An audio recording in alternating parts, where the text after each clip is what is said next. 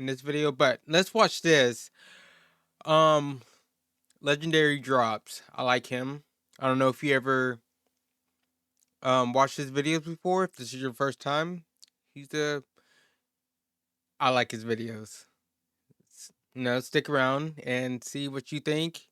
And Avowed has to be the biggest cope I've ever seen.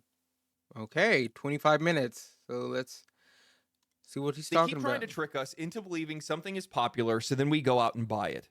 I'm getting so sick and tired of watching both game developers and games media gaslighting the audience and themselves rather than just calling things out for what they are. You need to throw up a signal flare when there's an issue, but they want to keep handing out consolation prizes and then they wonder why studios close down. How do you not recognize that you are exacerbating this issue? Avowed is one of the biggest copes I have ever seen. Game developers and journalists self-congratulating when the numbers and the player sentiment are telling a completely different story. It doesn't make any sense to me. Hmm. I'm struggling to tell the difference between article and advertisement this week. It's like they want to wish success into existence. That doesn't work. I'm getting Dragon Age the Veilguard deja vu all over again. Look, I don't think that Avowed is an objectively bad game. I've played it. We're going to end up talking about that, but it's just a fine game. It's an okay game, but okay isn't acceptable from a studio as storied, experienced. Yeah, like these games, like he brought up Vanguard, and when I first hopped on stream, I was talking about why I'm so late to stream because I stayed up all night playing Vanguard, and I don't think Vanguard is like a objectively bad game. Does it have some questionable writing? Yes.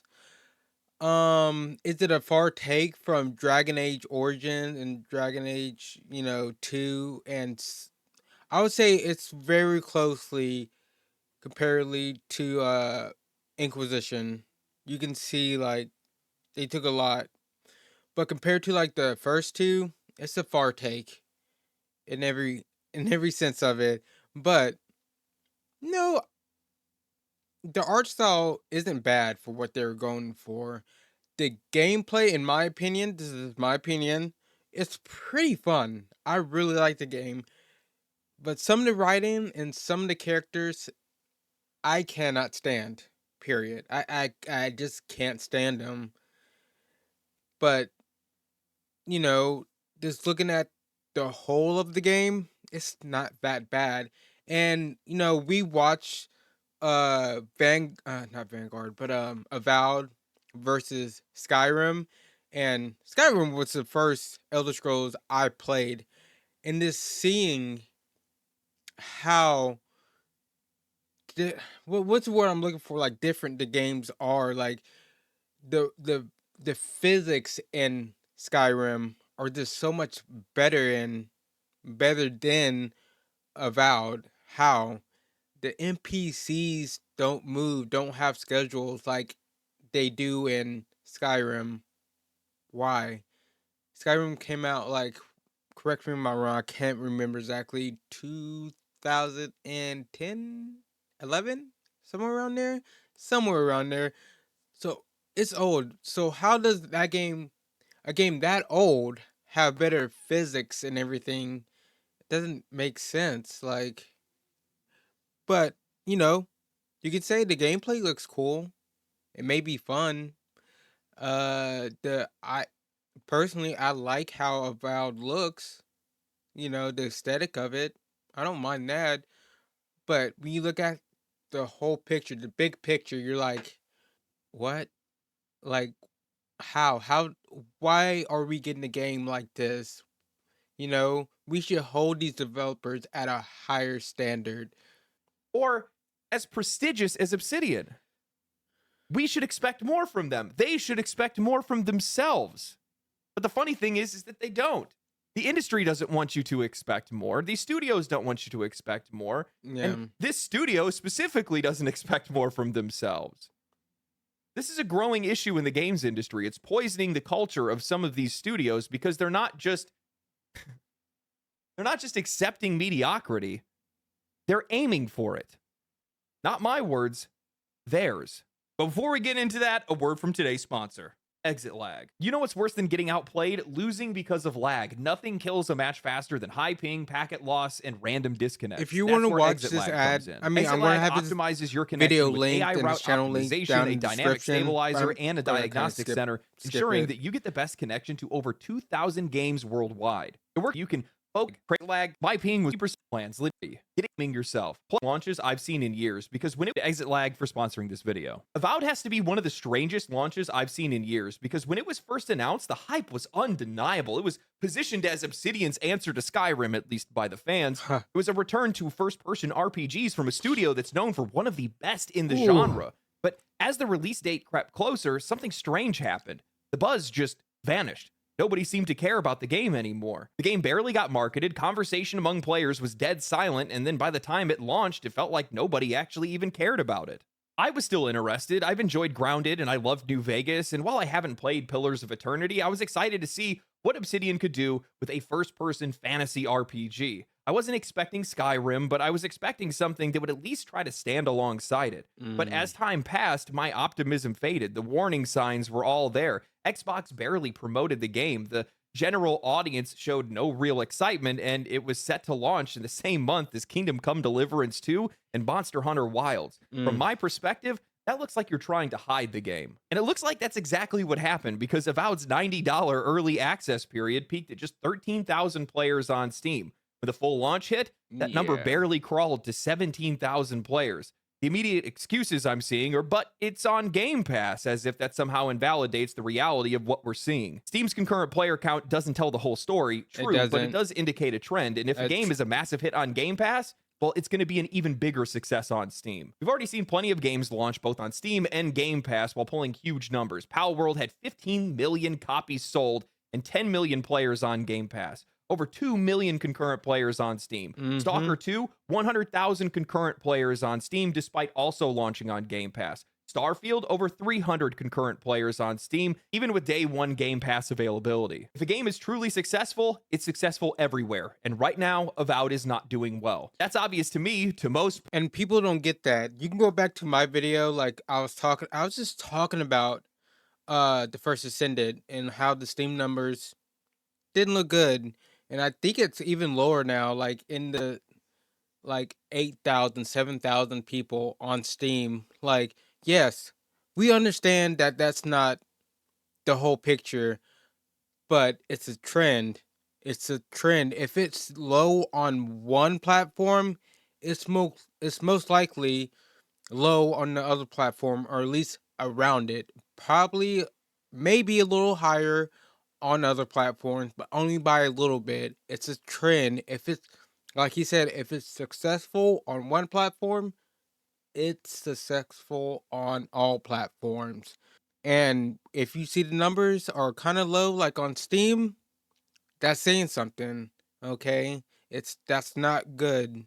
Players that are paying attention, and to anyone that's looking at the numbers without blinders on, but that's not the narrative that games journalists are pushing right now. Instead, they're trying to manufacture success with articles like, Avowed is already a big hit on Steam, celebrating a measly 17,000 concurrent players on Steam, as if that's something to brag about. Avowed tops bestsellers list on Steam despite backlash, pretending that the chart placement somehow means anything, despite the fact that the competition that's on there are weeks-old releases and games that aren't even out yet. Avowed hits impressive Steam chart milestone before its release, hyping up a meaningless number that's outweighed by a complete lack of long-term engagement. I'm so tired of seeing all this media spin. You're not my GameStop rep trying to sell me a game. You're media outlets that are supposed to be covering industry news. It's the same pathetic gaslighting we saw with Dragon Age the Veilguard, a game that was supposed to have topped the Steam charts and was declared a strong seller, despite completely failing to gain any traction with players. Ultimately, even EA acknowledged that it was a failure. But let's be real, Avowed's failure isn't just about the weak sales numbers, it's about how this game got here in the first place. Xbox's marketing for Avowed was non-existent. It felt like it just got dumped onto the market with no fanfare, no build-up, and no attempt to get the players excited or involved. If you haven't followed the news closely, then you barely even know that Avowed was coming out. But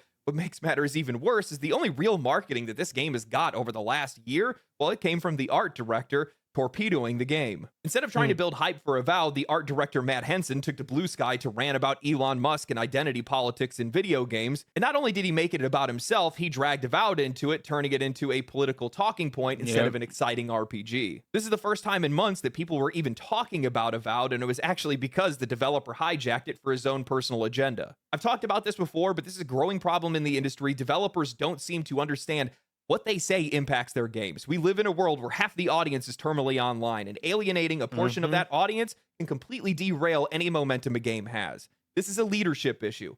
You have your key creatives out there, and they feel comfortable using your game as a soapbox for their personal beliefs. This is telling me two things. You have no control over your employees, and you do not care how players perceive your game. When the only notable thing about your game before launch is controversy, you're setting yourself up for failure. The uncomfortable truth that no one in the media wants to talk. They don't care. It's like they just want to say whatever they want and use the game basically as a weapon against the players, against people who disagree with them, and they, oh my gosh, I don't know, like,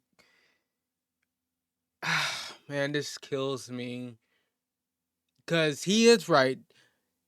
The hype died down for this game. Then he said that on Blue Sky, then it blew up.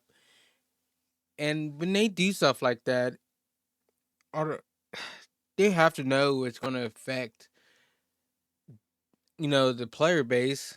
Like, maybe they're blinded, like they think everyone's just going to agree with them and everyone's going to go buy their game.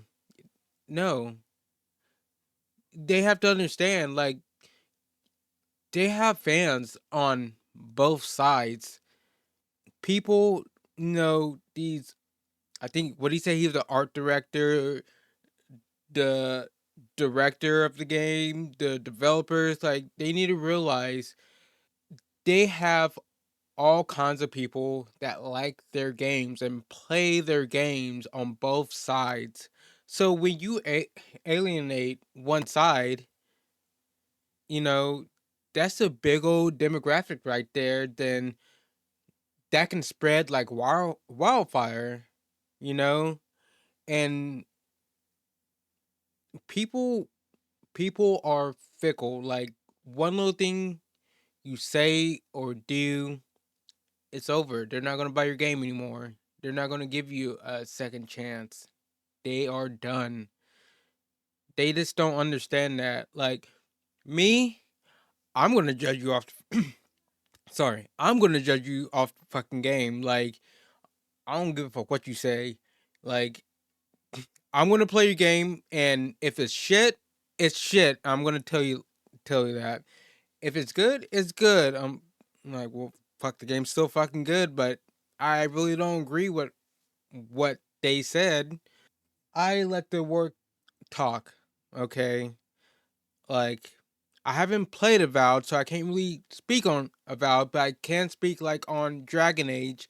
Dragon Age does have some good things, with it, but some things I really, really don't like, and you can tell, like, it's just heavy-handed, like, they just try to force it down your throat. Like, it's like, Jesus, I don't care about this. I just want to play the game. I just like the gameplay, and I do like the story and stuff, but I'm rambling on again. Talk about or I'm gonna say out stop. loud is that Obsidian and Xbox set themselves up for failure. Not only just allowing one of their developers to hijack their product for personal reasons, but also for a failure to manage expectations and genuinely trying to connect with their audience. This isn't just marketing and management incompetence, it's a complete breakdown of studio leadership. Now they're paying the price for it. But if you guys really want to know why Avowed isn't selling, let me go ahead and play you guys the game's first trailer. We have always known war. City energy. Wait, industry. What did it say? It forged our empire. Turned heroes into queens and kings. And decimated our foes.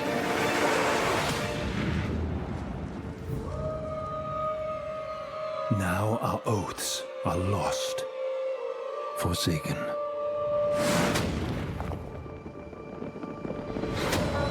Definitely can't do that in the game. Face the monsters our sins have borne.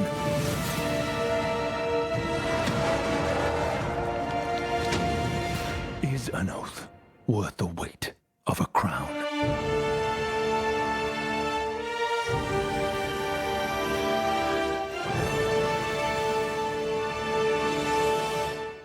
We were teased a dark, broody, gritty world, a narrator weaving a tale of conflict and high-stakes It did look adventure. pretty good. Yet years later, Obsidian revealed that the game's actual art direction and story didn't really line up with players' expectations. Instead of a mature, grounded fantasy RPG setting like people had imagined, we got yet another pink, purple, neon-soaked game using a soft modern art aesthetic that has infected so many games today. Instead of immersive, distinct character designs, we got the same androgynous, feature-muted male and female characters that, well, we just keep seeing audiences reject. Who's lining up for that? Who's getting excited for that? Nobody. And I would bet good money that Dragon Age the Veilguard's disastrous reception probably led a lot of players to be a lot more cautious of Avowed because of how similar these games looked. You know, I hear game developers and journalists whining that players need to respect creative freedom and expression, but where the hell is that creative freedom when all of these games are starting to look the same? Now, of course, developers can change their art direction. I'm not saying that they can't. That's not the issue here. The issue is the radio silence for 3 years, followed by a bait and switch reveal that left players confused and disinterested. At that point, people just tuned out. You can't do that, especially not today. And this isn't just an Avowed problem. This is an industry-wide problem. Developers need to engage with their audience. They need to see how players are responding. They need critical feedback early, not just validation from industry insiders and coworkers, especially when they're taking radical shifts in art direction, tone, and atmosphere. Larian Studios' publishing director made a really great point about this. While they didn't mention Avowed specifically, let's be honest, they're talking about Avowed, or at least Dragon Age the Veilguard. But he said, "You can't wait to see if a game resonates with players. It's insane. Why wait and see? It's a strategic play. Build resonance before launch. Set expectations, under promise, over deliver. The latter may sound crazy, but it's far less crazy than saying something didn't resonate in a financial report like that's a surprise. It shouldn't be a surprise. It should be a process." And this is exactly what Xbox and Obsidian didn't do. Developers need to be direct with their vision, be transparent. Imagine how different the reception would have been if Obsidian had communicated these changes earlier, when player feedback actually could have meant something. Instead, they just dropped a trailer that players immediately rejected, downvoted, and yelled at, and then they launched a game to an audience that didn't even want it. Look at the difference in viewership from the initial teaser trailer, 1.8 million views, to the actual launch trailer of 99,000 views. What does that tell you? You know, on top of that, imagine how different things would have been if Xbox and Obsidian had held their developers accountable, if they had fired Matt Hansen and disavowed his use of the game as a weapon in a culture war. Instead of letting a key developer drag Avowed into controversy, they had made a clear message that their focus was on the game, not politics. Think about how many players would have rallied behind the game out of respect. How can they not see these easy layups here? You need transparency and you need respect to build trust with your audience. Xbox and Obsidian had neither. I don't understand how these companies think that they can continue to be successful while excluding their audience and remaining silent.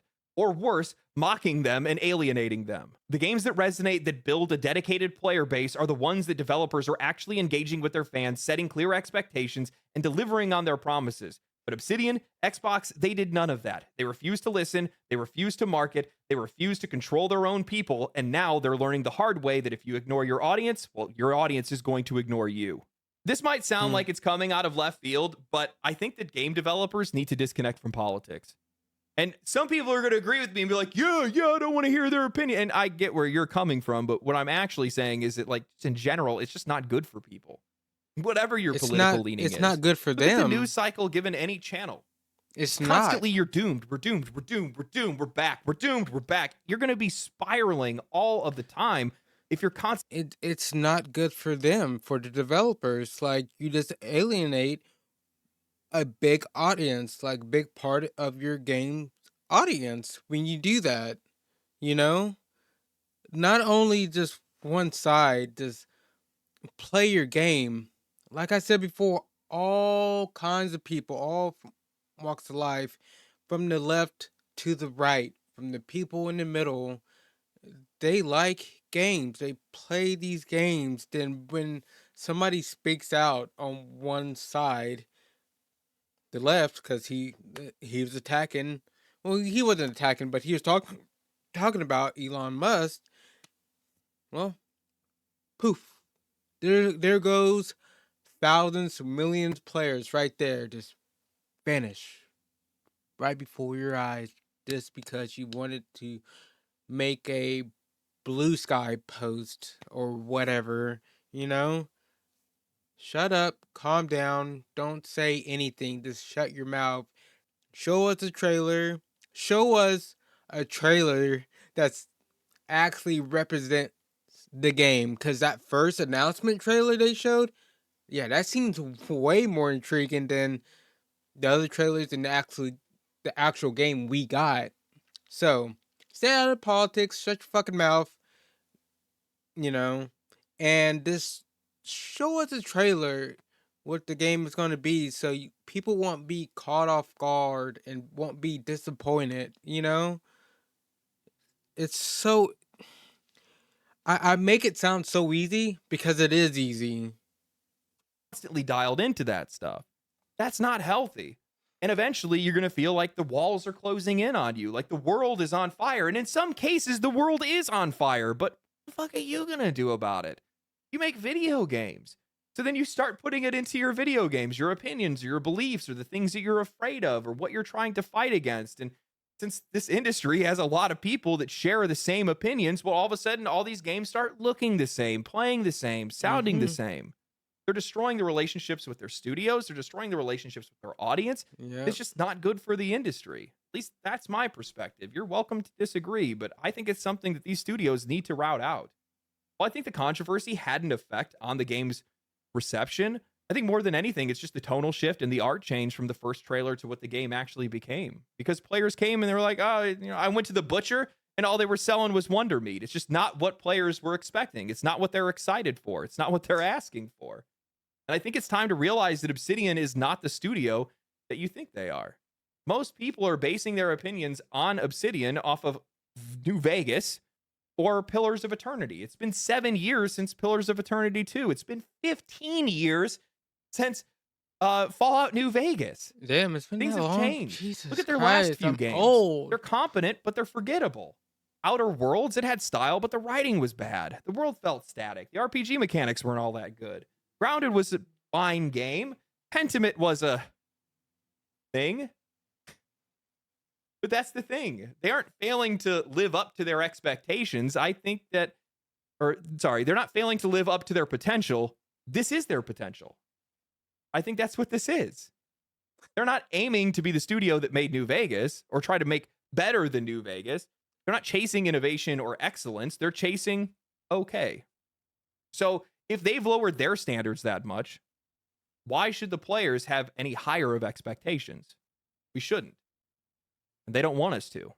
Now, initially, I thought that Avowed was underperforming for the quality it delivers. I've played the game for around 15 hours, and there were a lot of things that I genuinely liked. I think spellcasting feels really good. Combat in general feels really good, which is pretty rare for a first-person RPG. The world is dense rather than expansive, which I actually appreciate. Exploration has its moments, and performance on day one is pretty solid. On paper, this should be a pretty decent RPG, but the longer you actually play it, the more the game just feels lifeless. Like the world might be dense, but it's not reactive. You It's don't even Dragon Age have the Veilguard in fish first in the person. water. Exploration is not rewarding. The environments feel static, and you quickly realize that every area just boils down to the same bandits, skeletons, bears, and lizards. After a few hours, you just feel stuck in place. There's no real variety, no sense of discovery, just a repetitive loop of looting upgrade materials, collecting coins, and reading dull notebook entries. Let's be honest, nobody's playing an Obsidian game for the combat. People are coming for the writing, the characters, and the depth. Pillars of Eternity, the very foundation of this world, was built on that.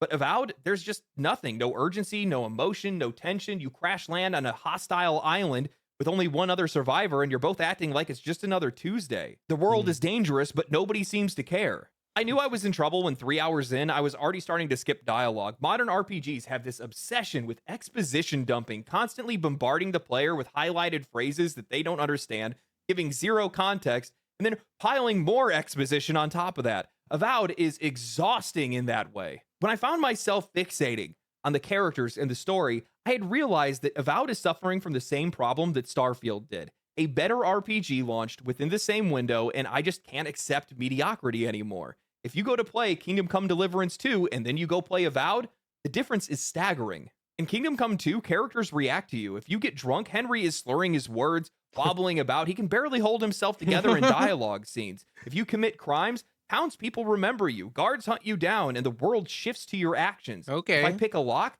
I actually pick a lock. If I steal, there are consequences. If I murder an NPC, I'll hang for it. Then I go back to Avowed, and none of that exists. The game just Yeah. feels dead. Hell, NPCs don't even move around town, they just stand in place. Enemies don't free roam, they stay in static positions. I mean, you don't even have to compare it to this. You compare it to wait, 12, 13, 14-year-old game Skyrim. Like if you ever played that, like a good example. Okay, I was watching Asmongold. Sorry, I like Asmongold. I'm gonna bring him up because I watch him. I was watching him, and he was talking about Avowed, and he was watching that video Avowed versus Skyrim, and he was like, "Wow, I didn't understand and know why like this game was so bad because he never played Skyrim." So it's like, I wonder how many other people who can't really compare it to another game, especially another game that came out years ago. I wonder how many people out there who are out there who can't do that. Like if I would play Avowed, I would be comparing it to Skyrim because I played Skyrim. I played a lot of it. I like that game. That was my first Bethesda game. That was my first Elder Scrolls game. So it's close to my heart, you know? And just seeing the comparison to both of them, it's just wild. And it's like, how did we get here? How do people find this acceptable? You know, we should want better. We need better. Come on. And yes, like with this game. Sorry, I'm having a brain fart today. So you could compare it to two games. This one and Skyrim, and it doesn't compare. It's just a world in stasis. Gabe Newell had a really good quote in a documentary where he said, "If I go up to a wall and shoot it, it feels like it's ignoring me. I'm getting a narcissistic injury when the world is ignoring me." And that's exactly how Avowed feels. It's a game that doesn't respond to you, it ignores you. Now, I don't need every RPG to be Kingdom Come Deliverance 2 or Baldur's Gate 3. I don't think I need that level of reactivity every single time. But when you're charging $90 for early access and $70 for full release, I would at least expect you're trying to reach for it. Kingdom Come Deliverance 2, Warhorse You at Studios, the least people need that to made be that on game have Skyrim, less a funding game and that less came out like developers. 13 Tell years me how ago. it's unfair to compare 14, these two 15, things when I can't Obsidian remember. should be the one that's the unfair comparison to make against Warhorse. The whole game feels front-loaded, like a rushed essay where the first few paragraphs get the most effort, but the rest is just filler. Kai, the one character that you get at the very beginning, he's a pretty solid character, but it's obvious that he was the one that was written first. Everyone else, forgettable. The deeper you go, the more Obsidian just ran out of steam. But come to find out, they didn't run out of steam. This is what they wanted to deliver because they want acceptable work, not exceptional work. And that's how they plan to make their studio last for 100 years, apparently. In an article written by PC Gamer titled, "Obsidian won't chase huge profits or grow aggressively. That's how it's going to last 100 years in the RPG business. Are we serious? Yes." Tyler Wilde writes, Where did they get that from?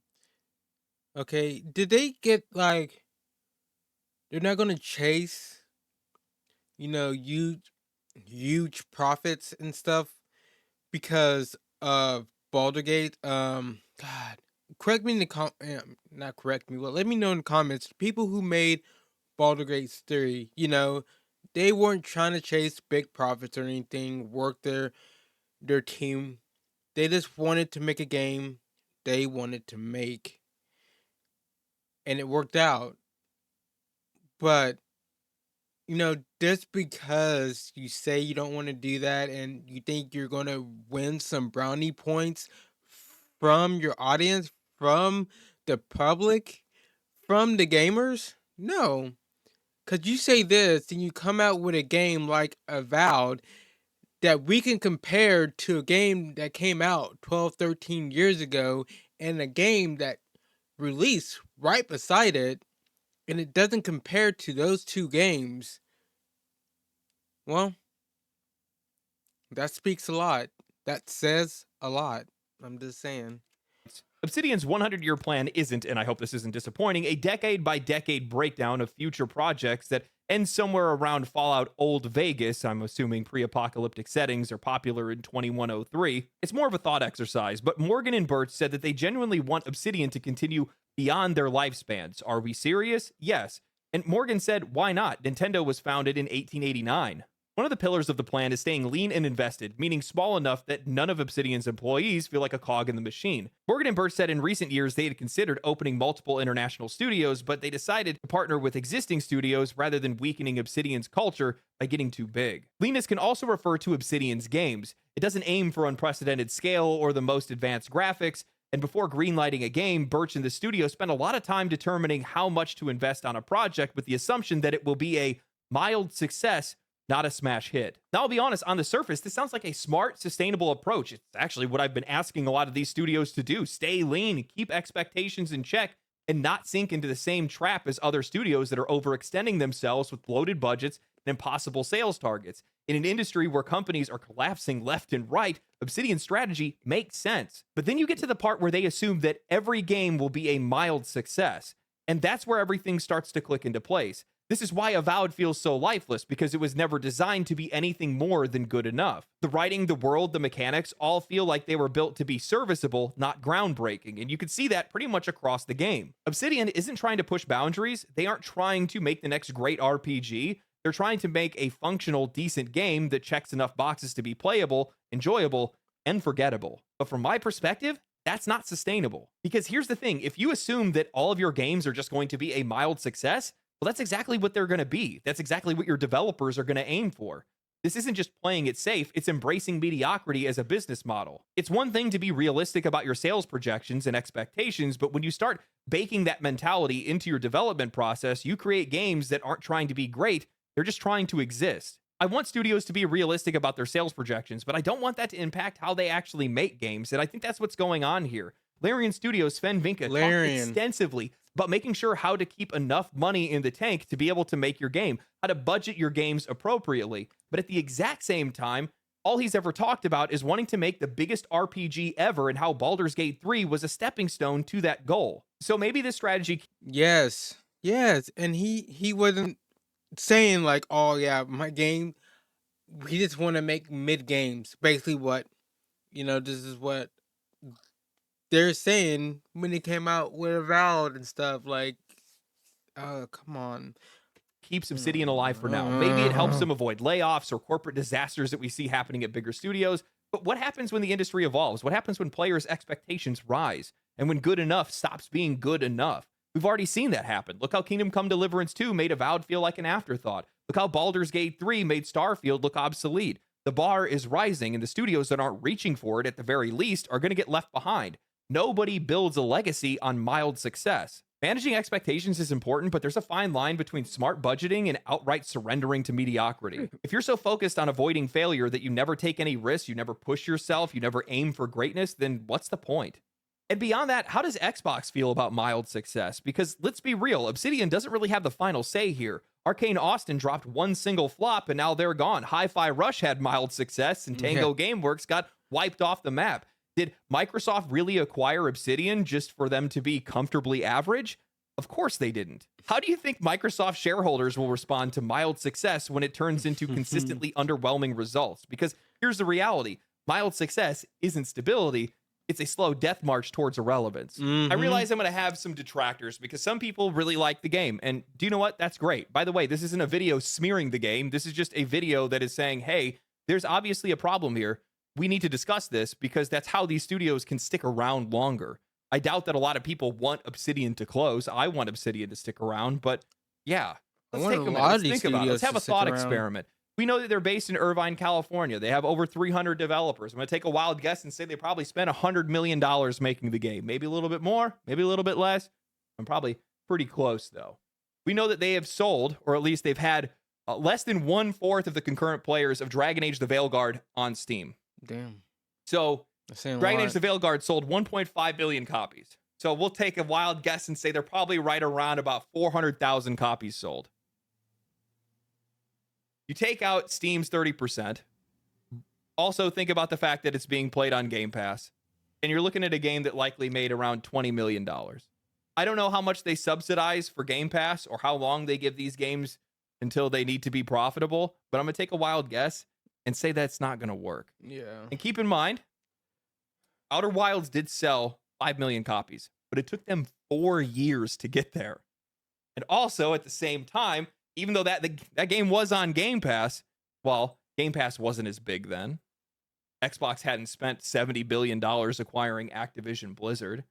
Xbox isn't also dealing with the issue that Call of Duty is losing relevance at a wild rate. It is crazy. You guys need to go look at that stuff. I still need to make a video on that. So that's a lot of money they're hemorrhaging over there right now.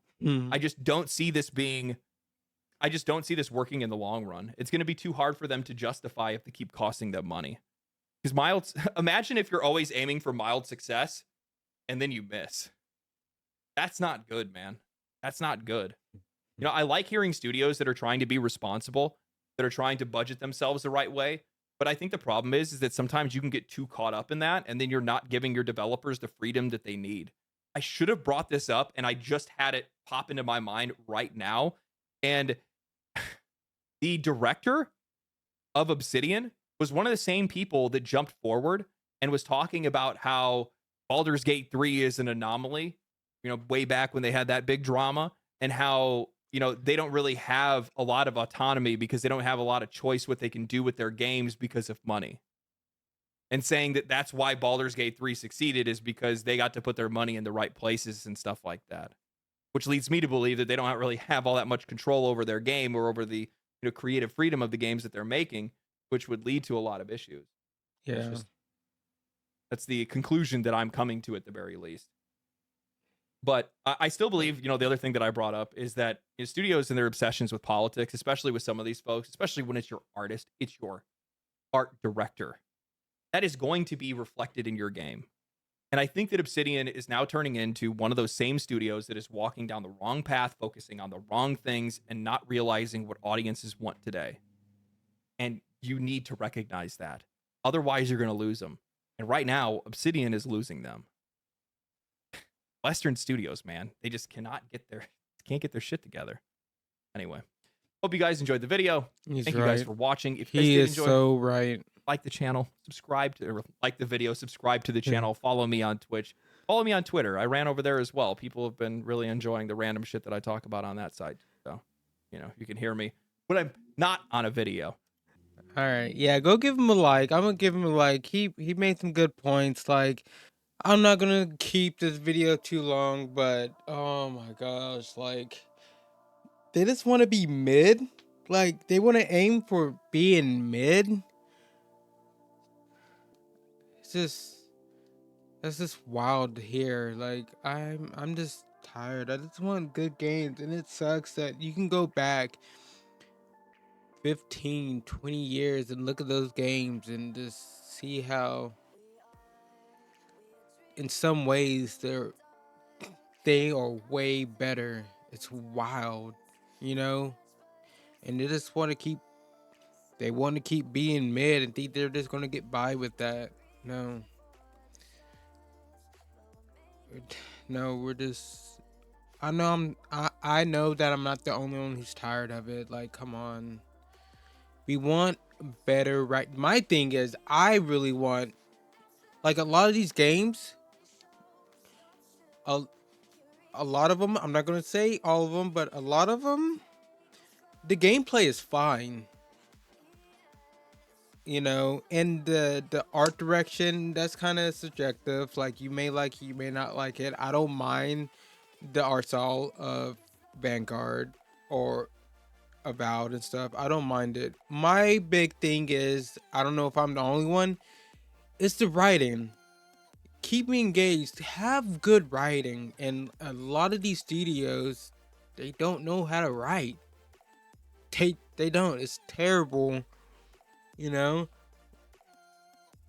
Like I think before I even got like halfway through Dragon Age, I just started skipping dialogue, and I just hated talking to some characters. You know, I still hate talking to some characters in Vanguard, and I don't know. I don't want to keep bitching. I know a lot of y'all probably won't agree with me. You probably disagree. Some of y'all might agree. I don't know. I'm just kind of like talking. I'm just tired of these games coming out. Like, we do get some few gems here and there, and I love that. That's amazing, you know. But a lot of times we get a lot of slop too, and yeah, the whole thing with developers keeping their mouth shut. They do need to keep their mouth shut about politics and stuff. You know, that's the reason I really don't like talking about politics. I'm not that big. I don't want to alienate people already. You know, so I just kind of shut up on it. But anyways, leave me a like, subscribe to me, and ring the bell for more videos. And like I said, his video will be linked down in the description, and you can give his video a like and subscribe to him. I know I've already said that, but I'm out. Everyone, take it easy, okay?